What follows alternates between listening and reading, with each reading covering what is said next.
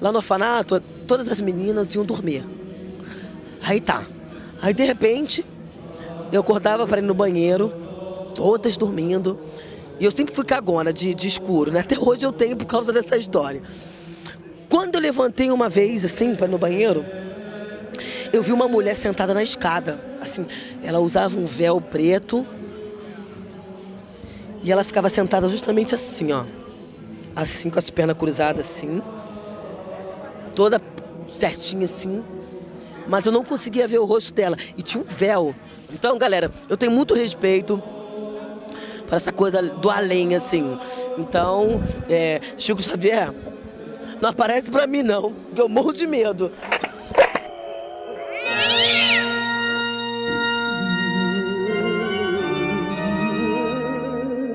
Eu não acredito em nada disso. Nada de Halloween, eu nunca vi nada sobrenatural. Mas nesse Halloween, eu queria receber umas visitas assim que já foram. Deus o tenha, mas não me desampare. Como Michael Jackson, adoraria rever Michael Jackson. A outra pessoa é Janis Joplin. Janis Joplin, eu perguntaria pra ela, realmente, Janis, você transou com Serguei? Não, pelo amor de Deus, eu não acredito nisso. E a terceira visita, Dercy Gonçalves. Minha querida Dercy Gonçalves, eu queria perguntar pra ela, você tá falando muito palavrão lá no céu? Me conta, eram essas minhas dúvidas. Até a próxima, até o próximo Halloween, se Deus quiser.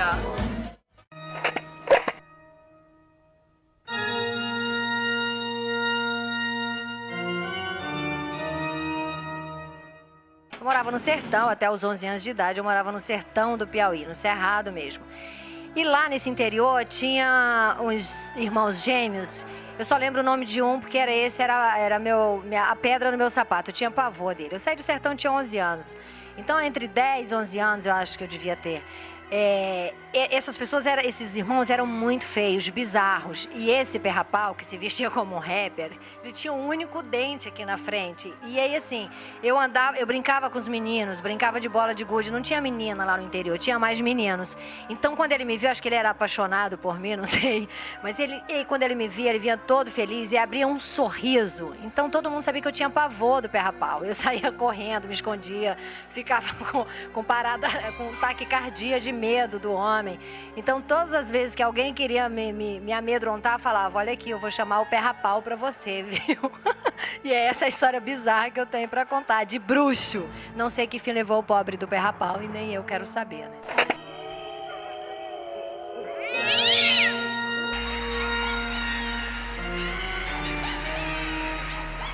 E o ano passado eu fui para Nova York com toda a turma da Grande Rio, com meu marido.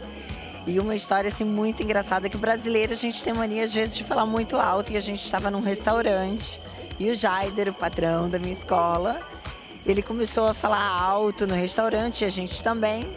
Só que tinha um casal muito bizarro na mesa do lado, porque era o dia que a gente estava comprando realmente fantasia para sair à noite na festa de Halloween.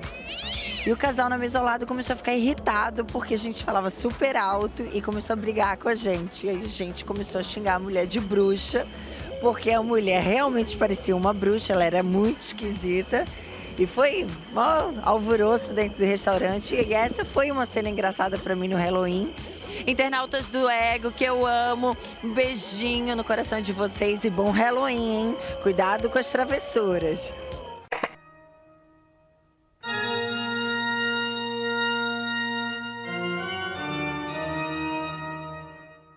Mas eu tenho uma história que a gente tem um sítio na subida da Serra de Petrópolis. Então, assim, à noite, começa assim a anoitecer e por mais que tenha iluminação, o lugar é muito escuro. Então é bacana, porque aí junta a criançada toda, junta a família toda, e eu sou assim.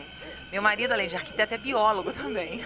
Então, para ele, sapo, lagartixa, morcego, tudo é muito natural. E para mim, meus filhos, né, para o meu filho Henrique principalmente, nada é natural. Meu marido já pregou uma peça na gente. Ele pega sapo, né, tudo assim, na maior tranquilidade. Então já botou dentro de casa. E a gente brincando de gato-mia, que é uma brincadeira que você faz no escuro. E aí, de repente, a gente brincando nisso, quando vai tocar, toca em quê? Num sapo. Bom, pra ele pode não parecer bizarro, pode não parecer assim uma coisa assustadora, mas pra gente com certeza foi. E a gente deu muitos berros, muitos gritos, mas acabou gostando e sempre que a gente vai pra lá é o nosso momento, assim, de... Sempre tem uma história de terror. Então essa foi a minha história de Halloween e espero que vocês se divirtam, porque eu vou fazer minha festa de Halloween lá. Um beijo da Miriam Martin pra vocês.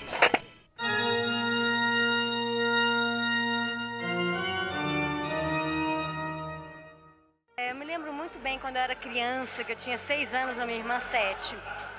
E a gente dormia no mesmo quarto juntas. Durante uns 2 anos seguidos, mais ou menos, ela todo dia à noite acordava ou chorando, tremendo, gritando, nervosa, suando. E falava que tinha um homem com cara de bode na janela. Eu olhava e não via o homem com cara de bode, mas ela jurava que tinha o homem com cara de bode. E ela não queria ficar no quarto. Então ela queria sair para os outros cômodos da casa, queria ir para o banheiro, para a sala, para o quarto do nosso irmão, para o quarto do papai e mamãe. E não ficava quieta, né?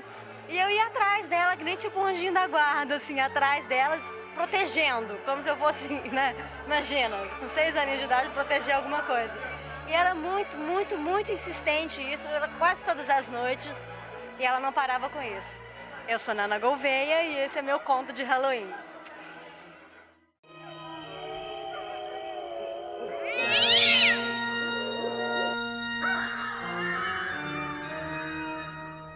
Vou contar uma história pra vocês agora, que assim, a história é sinistra. Estava eu indo dormir no meu quarto, me cobri, apaguei as luzes.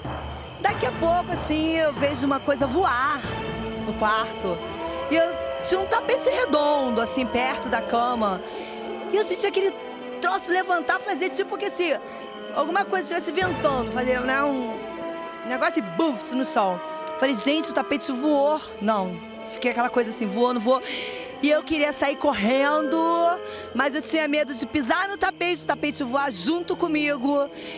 E o meu pé tremia e eu suava frio. E aí eu falava, gente, o que eu vou fazer? E eu tinha medo de gritar e, não sei, medo de alguma coisa assim, terrível. Sei lá, acontecer comigo, de eu ver alguma coisa. E então eu me tampei toda, fiquei rezando, pedindo pra Deus. Eu falei, gente, que coisa é essa? Uma coisa muito estranha. E aí eu fui relaxando, tampei minha cabeça, fui rezando. Acabei dormindo e no dia seguinte com aquela história. Gente, será que o tapete voou mesmo? Será que o tapete não voou? Será que foi coisa da minha cabeça? Será que foi um sonho? Mas eu vou falar, acho que não foi sonho não, acho que foi realidade, sabia? Né, gente? Fazer o quê? Essas coisas acontecem, né? Entendeu? Eu sei que acontece. Então, espero que vocês tenham gostado da história. Um grande beijo pra toda a galera do Ego aí. Valeu!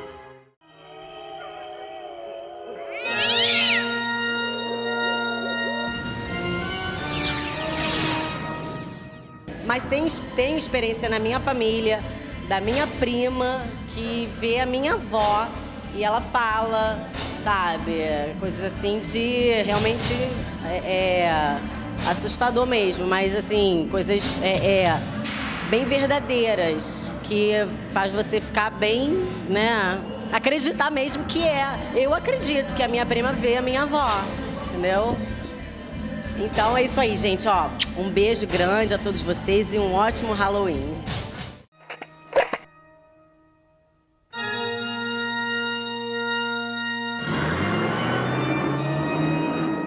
Geralmente, em cidade de interior, a gente cria um monte de historinha, né? Lendas e afins. E na minha cidade tem uma história de o homem do carro preto, né?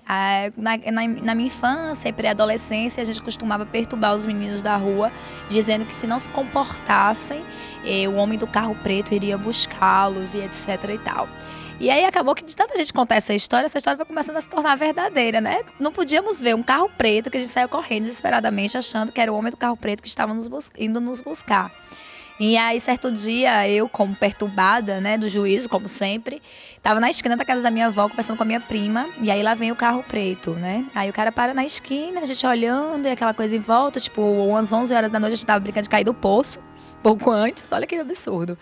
E aí eu falei pra minha prima Linda, né, o nome dela. Linda, o cara do carro preto tá ali. Sendo que eu criava essa história, eu contava essa história absurda que não era verídica, né?